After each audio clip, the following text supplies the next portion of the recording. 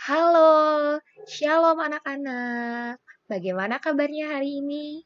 Ibu berharap anak-anak dalam keadaan sehat dan tetap semangat ya untuk belajar hari ini.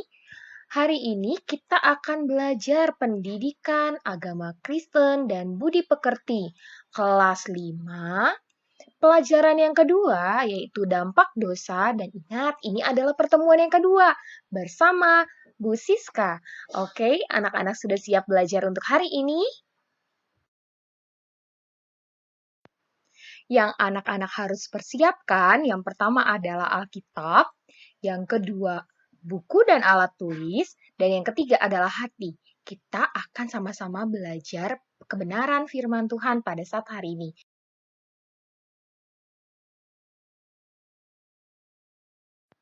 Sebelum kita belajar, mari kita berdoa terlebih dahulu. Anak-anak boleh lipat tangan dan tutup matanya. Kita berdoa. Tuhan Yesus yang baik, terima kasih untuk hari ini. Tuhan, hari ini kami mau belajar kebenaran firman Tuhan. Bantulah kami untuk kami boleh mengerti dan memahaminya. Dalam nama Tuhan Yesus kami berdoa. Amin. Tujuan pembelajaran hari ini adalah yang pertama, mengakui keadaan manusia yang berdosa dan menyatakan dengan membuat doa pengakuan dosa. Yang kedua, menyatakan tekad untuk tidak berbuat dosa dengan menyanyikan lagu rohani dan menuliskan makna lagu tersebut. Anak-anak siap? Mari anak-anak kita bernyanyi bersama di muka Tuhan Yesus.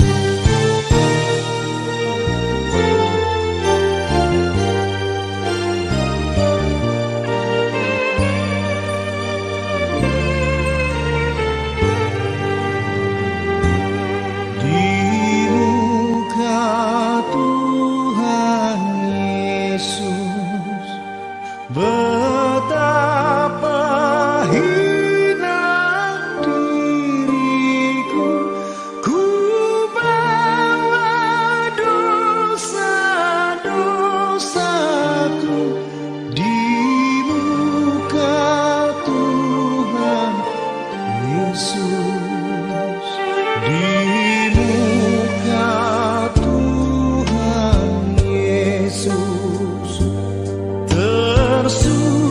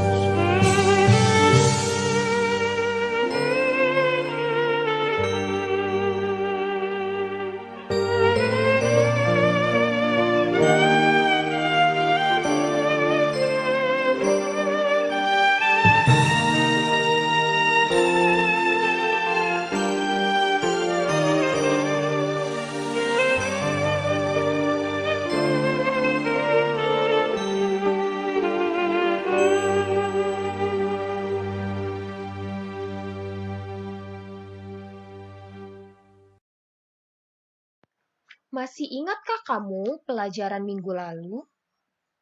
Ya, kisah Kain dan Habel. Kain dan Habel adalah anak dari Adam dan Hawa. Dari Kejadian 4. Kain sebagai contoh orang yang jatuh dalam dosa.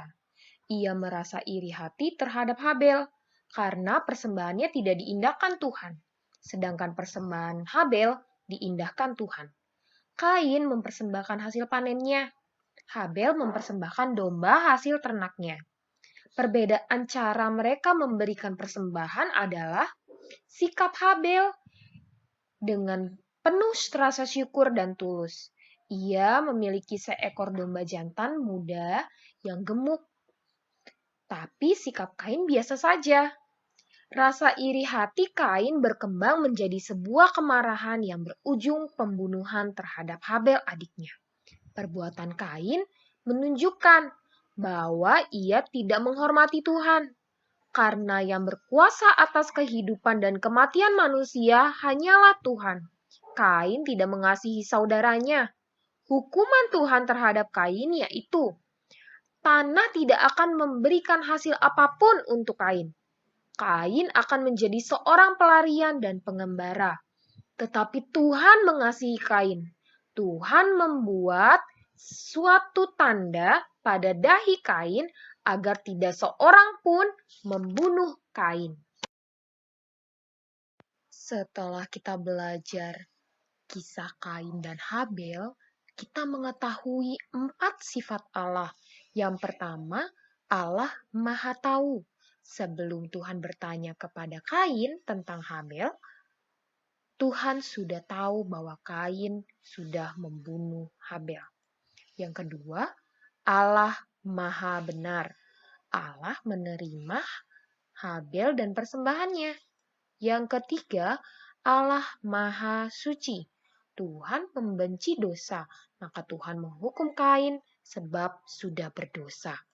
Yang ketiga adalah Allah Maha Rahmat.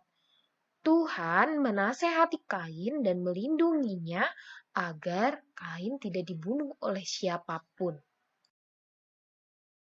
Anak-anak sekalian, ingat ya, kita tidak boleh melakukan perbuatan dosa karena Tuhan menganggap serius tentang dosa. Tidak ada seorang pun yang dapat membersihkan dosanya sendiri. Hanya Yesus yang dapat membersihkan dosa manusia. Seperti yang terdapat dalam 1 Yohanes 1 ayat 7 sampai dengan 9. Nah, kali ini Bu Siska akan baca di ayat yang ke-9. Nanti anak-anak boleh baca ayat yang ke-7 dengan yang ke-8. Di ayat yang ke-9, jika kita mengaku dosa kita, maka ia di sini adalah Tuhan Yesus, adalah setia dan adil, sehingga ia akan mengampuni segala dosa kita dan menyucikan kita dari segala kejahatan. Jadi anak-anak harus ingat, Tuhan Yesus mampu mengampuni dosa anak-anak sekalian. Jadi, apabila berbuat dosa, segeralah mengakui dosa dan memohon ampun kepada Tuhan. Selain itu juga, mau meminta maaf kepada orang yang telah kita sakiti agar kita beroleh kedamaian. Oke anak-anak, Bu Siska punya pesan. Hiduplah sebagai anak-anak terang. Nyatakan kasih Tuhan melalui sikap hidupmu yang mengasihi sesama.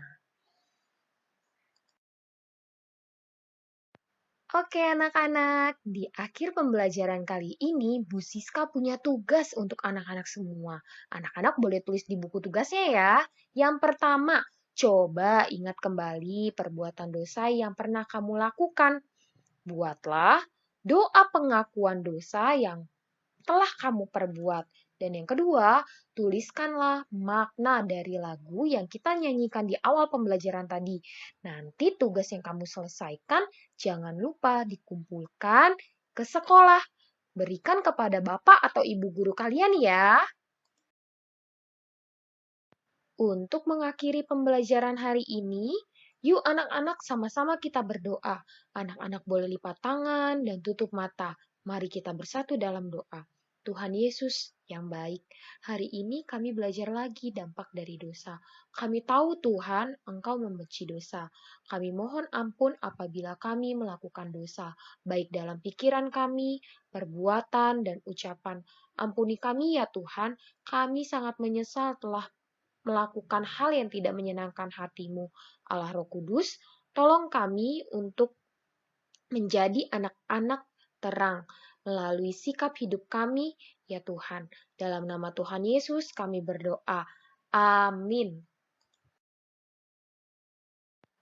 Bu Siska berpesan apabila anak-anak keluar rumah, lakukanlah 5M. Yang pertama adalah memakai masker dengan benar. Dan yang kedua, mencuci tangan dengan air yang mengalir dan sabun. Ketiga, menjaga jarak dengan orang lain. Yang keempat, menjauhi kerumunan. Dan yang terakhir adalah mengurangi mobilitas. Ingat ya anak-anak. Sampai bertemu di pertemuan berikutnya. Tuhan Yesus memberkati.